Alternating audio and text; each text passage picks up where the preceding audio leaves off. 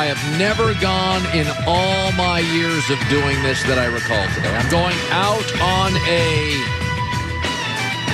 leverage-soaked limb. Can you imagine this is going to be a little pro player, maybe? But that's what we love about you, Colin. You're always changing. You're always evolving. And we just found out a couple days ago, everybody loves us. Okay, I've said before, Uncle Colin is pro-player mobility. But I don't love, if you sign a contract, you got to live by the contract. I've signed contracts in my life. I don't love them, halfway through them. But, mostly we got contracts, blah, blah, blah. But Deshaun Watson should hold out of Houston. Absolutely. I don't care what his contract is. Hold out. They lied to you. They're dysfunctional. And you've been hit so many times, they've probably taken a 30-year career and thrown it into a dumpster in Houston. So Chris Sims played in the NFL, has inside information, and Deshaun Watson and his agent, according to Sims, have drawn a line in the sand. I've gotten some good information over the weekend by somebody I really trust that's connected with the situation. There's no way Deshaun Watson will play for the Houston Texans again. He will not do that. He is willing to sit out the year, from what I've been told, in this situation. And he should. Let's think about this. From Deshaun Watson's perspective, top 5-6 quarterback in the league. He won't get less talented if he sits out. He won't get hurt if he sits out. He won't forget to play quarterback if he sits out. And he won't lose any market value if he sits out. Now let's go to the Houston Texans if he sits out. They'll be unwatchable. Their merchandise sales will absolutely plummet. Fourth place is guaranteed. The owner's franchise, frankly, probably loses value, and it won't be nearly as attractive a place for free agents to go. Who wants to go to an 0-16 or 1-15 team? Lots of teams and lots of general managers are going to want Deshaun Watson. Nobody wanted the Houston Texans job. Nobody. That's why they hired a 65-year-old coordinator or a 65-year-old coach who'd never been a coordinator. Nobody wanted the job. Deshaun Watson's played 4 years, probably has 5 to 6 peak years left. It's becoming very much an Andrew Luck situation. They took years off his career. He got hit too much. And I want you to think about this as well. Because I believe if Deshaun Watson sits out, they're going to have the worst coach and the worst quarterback situation in the league. So in the division, David Culley, the coach, is going to face Urban Meyer twice, Frank Reich twice, and Mike Vrabel twice. That's 6 games guaranteed he's outcoached. Houston also has the misfortune this year of facing the NFC West.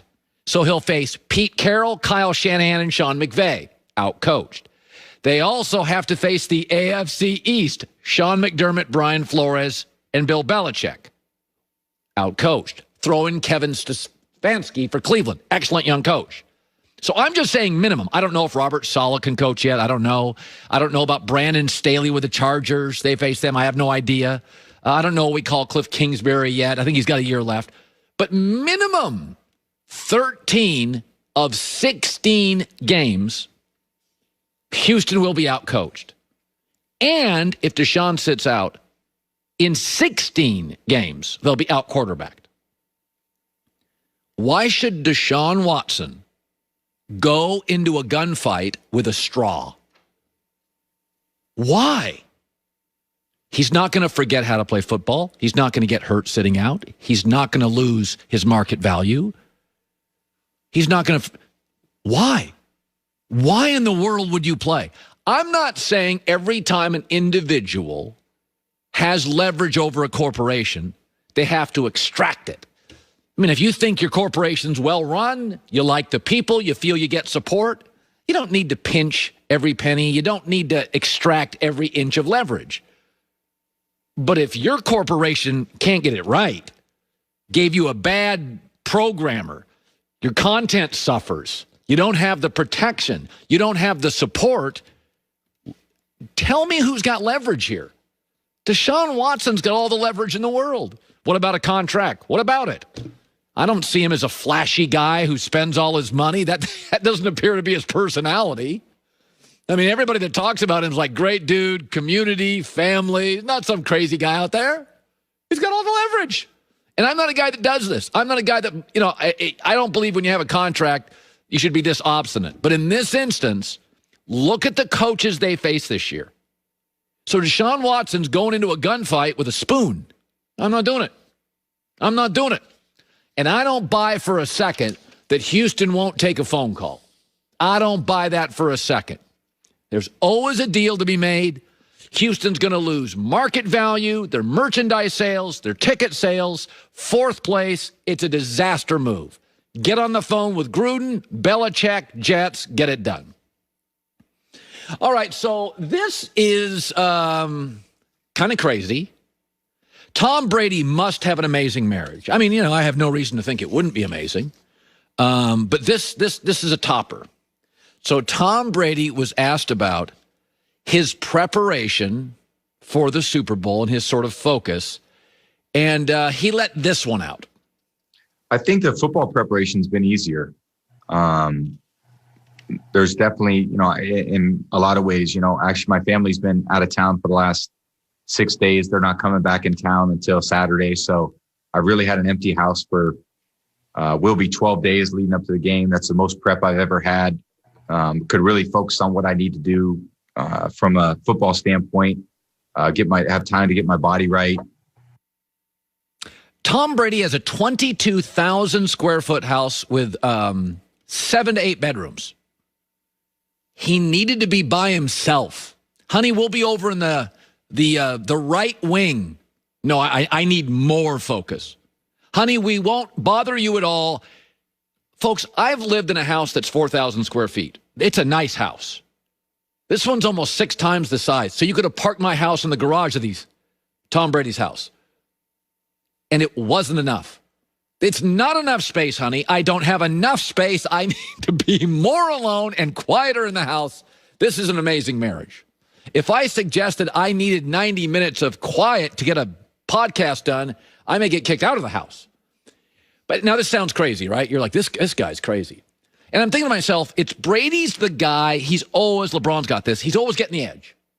He's got the studio at home. He's got the fitness thing at home. He's got the Alex Guerrero. He's got his house to himself. I'm thinking, he's going to find one more edge as he gets older. As he gets older, he keeps finding an edge, an edge, an edge, an edge, an edge. And I thought to myself, would he really make the ultimate commitment? I'm not going to speak for women. I'll speak for men. Money matters. We often frame ourselves through that prism of money and success and professional greatness. You think this is crazy? And Tom's gotten every edge. He won't drink a beer in the season. Family has to leave for 12 days. What's the one edge teams have in the NFL that you only get it for about 4 years? Is when you draft a quarterback and he's on the rookie deal. Baker Mayfield. It's like an all-star team in Cleveland. I mean, literally, they have 2 great tight ends and 2 great receivers and 2 great running backs. You can only do that when a quarterback is on a rookie deal. That's how a Goff gets to the Super Bowl. Before they pay him, Russell Wilson, before they pay him. Remember the Seahawks brought on Cliff Averill and Percy Harvin and just be good. It's almost like situational players. Like just Percy Harvin played like in the Super Bowl. It was okay. They weren't paying Russell anything. Would Tom Brady, whose net worth, I looked it up, is $200 to $250 million. Giselle, his wife, has a net worth of $450 million. What if Tom Brady said, I want to be on a perpetual rookie quarterback contract? Don't pay me. How does it matter? Well, Jason Light's already an excellent drafter. I mean, if you go look at Tampa's history last 4 or 5 years, they draft really well. But it would give Tom the free agent edge over Rodgers and Russell Wilson and a Matt Stafford in L.A. It would give Brady the free agent edge. You're paying Aaron Rodgers 35. You're paying Russell Wilson 35. In a year, you're going to be paying Patrick Mahomes 29. Brady makes 4. And just says, this is what Tom does. I mean, doesn't it sound ridiculous? 8 bedrooms, 22,000 square feet. They left for 12 days. Is that any more ridiculous than just put me on a perpetual rookie quarterback contract? We have talent. My general manager's a great drafter of talent. Now we can cherry pick 3 free agents a year. The dude is like next level commitment. That would be, and he's taken pay cuts. So it's not like he hasn't considered this. When he was the best quarterback in his prime, he took pay cuts. Just something to think about. You think it's crazy what I'm suggesting? I'm saying 12,000 square feet, I need more silence, is even crazier. That's a heck of a marriage. Coming up next, a lot of times, thankfully I have the support of Joy Taylor, a shoulder to cry on. I am often mocked and